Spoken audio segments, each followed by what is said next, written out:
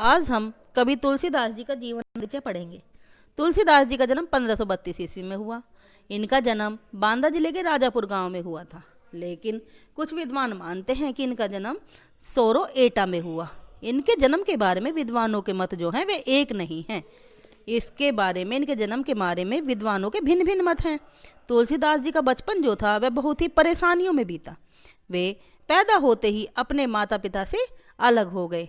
परिणाम स्वरूप उन्होंने भिक्षा प्राप्त करके अपना जीवन यापन किया। यापन करना, बिताना। ऐसा माना जाता है कि गुरु नरहरिदास की कृपा से उन्हें राम भक्ति का रास्ता मिला। फिर उनका विवाह रत्नावली से हो गया और रत्नावली की बातों से प्रभावित होकर तुलसीदास जी ने घर त्याग कर दिया, किंतु इनका पर्याप्त प्रमाण नहीं मिलता। इस बात का कोई ठोस प्रमाण हमें नहीं मिलता है। पारिवारिक जीवन से विरक्त होने के बाद वे काशी, चित्रकूट, अयोध्या आदि तीर्थ के भ्रमण करते रहे, घूमते रहे। सन 1574 में अयोध्या में उन्होंने रामचरितमानस की रचना की। कुछ अंश उन्होंने काशी में लिखा, जिसका कुछ अंश उन्होंने काशी में लिखा। अपने अंत समय में तुलसीदास काशी में आकर रहने लगे और यहीं 1623 में उनका देह अवसान हो गया। तुलसीदास एक मिलनसार कवि थे। उन्हें लोक मंगल की साधना का कवि माना जाता है। तुलसीदास का भाव जगत धार्मिक, सांस्कृतिक और सामाजिक दृष्टि से बहुत बड़ा है। व्यापक होना, बहुत बड़ा होना। मानव प्रकृति और जीवन जगत संबंधी गहरी अंतर्दृष्टि और व्यापक जीवनानुभव के कारण ही ये रामचरितमानस में लोक जीवन के विभिन्न पक्षों का उद्घाटन सके। मानस में उनके हृदय की विशालता, भाव संसार की शक्ति और मर्म स्पर्शी स्थलों की पहचान की क्षमता पूरे उत्कर्ष के साथ व्यक्त की गई है। तुलसीदास को मानस के जिन प्रसंगों की व्यक्ति का अवसर नहीं मिला, उन्होंने उन्हें कवितावली में दिखाया है, बताया है। विनय पत्रिका में विनय और आत्म निवेदन के पद हैं। इस प्रकार तुलसीदास जी के काव्य में विश्व बोध और आत्मबोध का अनोखा समन्वय हमें मिलता है। भाव विचार, काव्य रूप, छंद विवेचन और भाषा की विविधता तुलसीदास जी की रचनाओं की विशेषता है। हिंदी का सर्वश्रेष्ठ महाकाव्य रामचरितमानस को ही माना जाता है। रामचरितमानस हिंदी का सर्वश्रेष्ठ महाकाव्य माना जाता है। इसकी रचना दोहा और चौपाई छंद में हुई। इसकी भाषा अवधी है। किसकी? रामचरितमानस की जो भाषा है वह अवधी भाषा है बेटे। गीतावली, कृष्ण गीतावली तथा विनय पत्रिका पद शैली की रचनाएं हैं। तो दोहावली स्फुट दोहों का संकलन है। कवितावली कवित और सवैया छंद में रचित उत्कृष्ट रचना है। ब्रज और अवधी दोनों ही भाषाओं पर तुलसी का बहुत पक्का अधिकार है। वे अपनी रचनाओं को ब्रज भाषा में भी लिखते हैं और अवधी भाषाओं में भी लिखते हैं। तुलसीदास की 12 कृतियां प्रमाणिक मानी जाती हैं, परंतु रामचरितमानस, कवितावली, गीतावली और विनय पत्रिका ही उनकी प्रसिद्धि का आधार नहीं। आज हम पढ़ेंगे भरत राम का प्रेम। तो इन पंक्तियों में बच्चों राम का और भरत का जो प्रेम था उसका वर्णन बहुत ही सुंदर ढंग से, बहुत ही अनोखे ढंग से किया गया है।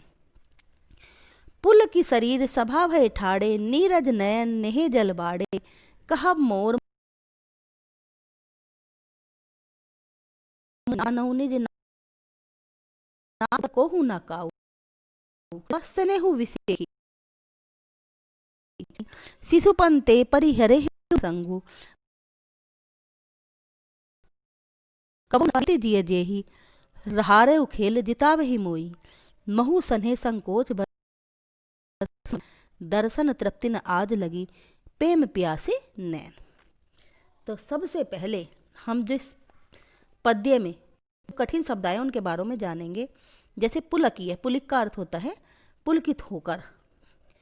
ठाड़े खड़े होना, नीरज कमल, नेह प्रेम, बाढ़े बढ़ना बाढ़ाना, मोर मेरा, निबाहा निबाहा कर देना, कहा क्या, महु मैंने भी, सन्मुख सामने, स्वभाव स्वभाव, नेचर खुनसी अप्रसन्नता, कोहो क्रोध, काऊ कभी, परिहरेऊ छोड़ा जिए हृदय में, जेहि देखी मोहि मुझे, संकोच सकोच संकोच, प्रेम प्रेम। तो ये जो प्रसंग है बच्चों, ये भरत राम का प्रेम नामक शीर्षक से लिया गया है। इसके जो कवि हैं वे हैं तुलसीदास जी। और ये पंक्तियां अयोध्या कांड में समाकलित की गई हैं, मतलब रामचरितमानस के अयोध्या कांड में। और तुलसीदास जी को कवि श्रोमणी तथा लोक मंगल की भावना का कवि कहा जाता है, लोक नायक उन्हें कहा जाता है। श्री राम को वन से लौटाने के लिए भरत चित्रकूट पहुंच जाते हैं। तो उस समय मुनिवर वशिष्ठ जो हैं वह भरत से कहते हैं कि जो भी तुम्हारे मन की बात है उन सब बातों को आप निसंकोच कह दो। तो उस समय भरत अपने मन की बात रखते हैं। वे क्या कहते हैं सुनो। पुल की शरीर सभा भय ठाड़े। भरत जो है वह सशरीर सभा में खड़े हो जाते हैं।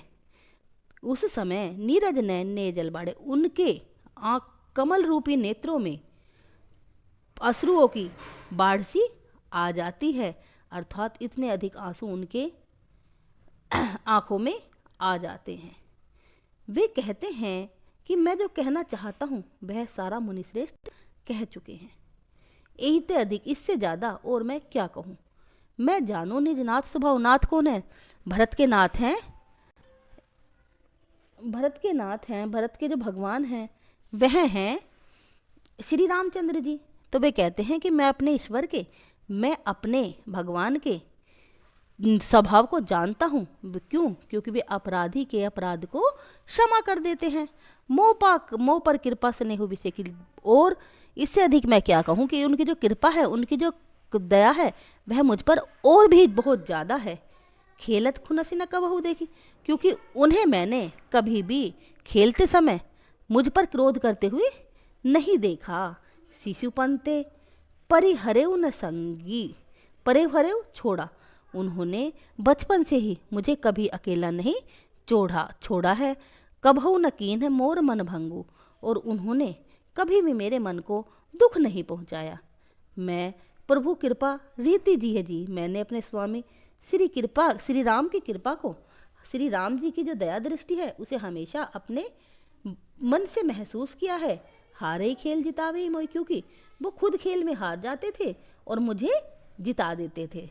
महु सनेह संकोच बस सन्मुख कही न बात। लेकिन इसके साथ ही मैंने भी संकोचवश, मुझे भी अपने मन में संकोच था बहुत अधिक, मैंने भी कभी उनके सामने अपने मुंह को नहीं खोला है। दर्शन तृप्ति न आज लगू प्रेम प्यासे नैन। मैं आज भी इनके दर्शनों के प्रेम के प्यासे मेरे नेत्र आज भी तृप्त नहीं हुए हैं। अर्थात मुझे आज भी इनके प्रेम को मेरी आंखें जो हैं वह तलाशती रहती हैं। जो ये पंक्तियां हैं बच्चों, ये तुलसीदास जी ने अवधी भाषा में लिखी हैं। विधि न सकेहु सही मोर दुलारा, अगला पैसेज है। नीच बीच जननी मिस पारा, यही है कहत मोह आजन शोभा। अपनी समुझी साधु सुचीभा, मातु मंदी में साधु सुचाली। उर अस आनत कोटि कुचाली, फरह की कोदव बाली सुसाली। मुक्ता प्रसव की संभुक काली, सपनेहु दोषक लेशु न काहू। मोर अभाग उदधी अवगाहू, बिनु समझे निज अग परिपाप को।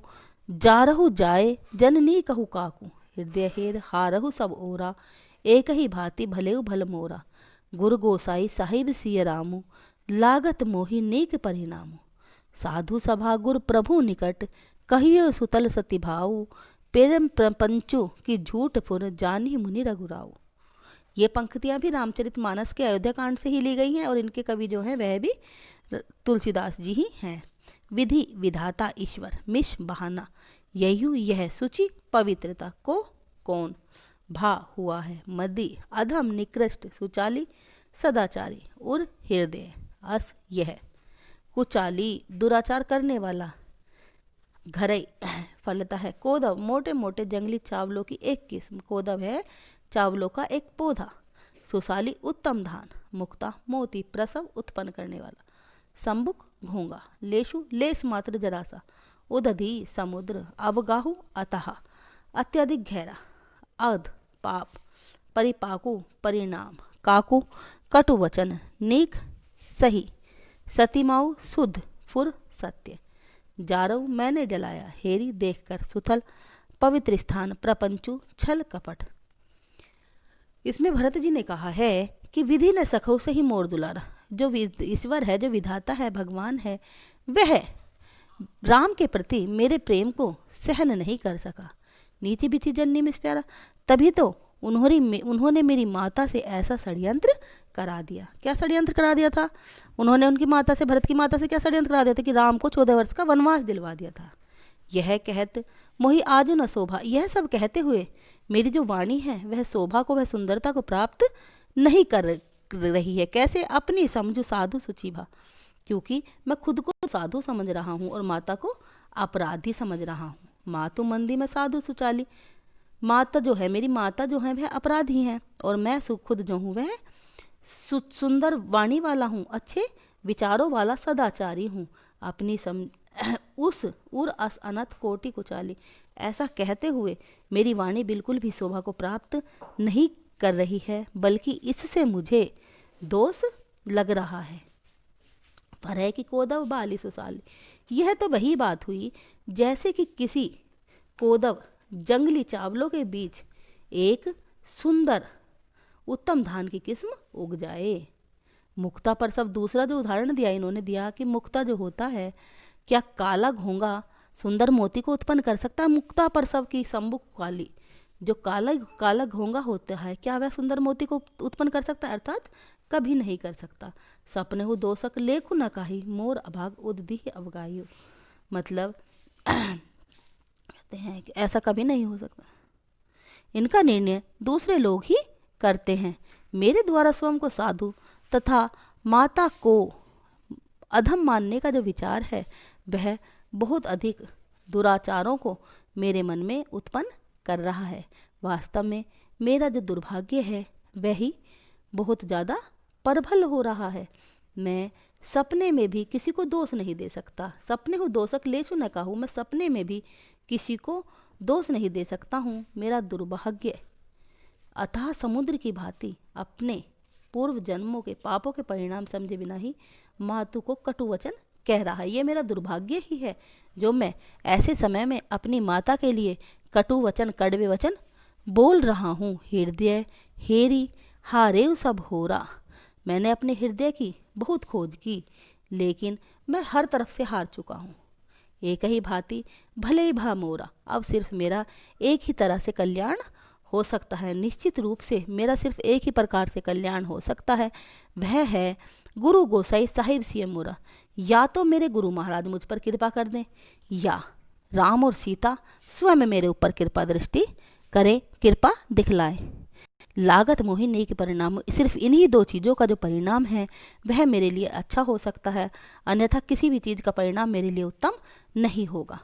साधु सभा गुरु प्रभु निकट कहिए सुथल अति सती भाऊ, प्रेम प्रपंचों की झूठ फुर जानव मुनि रघुराई। भरत जी कहते हैं कि सज्जनों की इस सभा में गुरुदेव वशिष्ठ, उनके जो गुरुदेव हैं वह वशिष्ठ हैं और मेरे स्वामी श्री राम जो हैं वे भी उपस्थित हैं, वे भी सभा में आए हुए हैं। क्योंकि वो चित्रकूट पर गए थे श्री राम को वापस लाने के लिए, तो वहाँ पर गुरु वशिष्ठ जी भी थे और श्री रामचंद्र जी भी थे। यह स्थान एक पवित्र तीर्थ है। क्यों कहा उन्होंने पवित्र तीर्थ चित्रकूट को? क्योंकि वहाँ पर रामचंद्र जी और उनके गुरु वशिष्ठ जी दोनों हैं। मैं इन सब के निकटपूर्ण सत्यभाव से कह रहा हूँ कि जो ये मेरा आचरण प्रेम है यह छल कपट झूठ है या सच मुझे नहीं पता।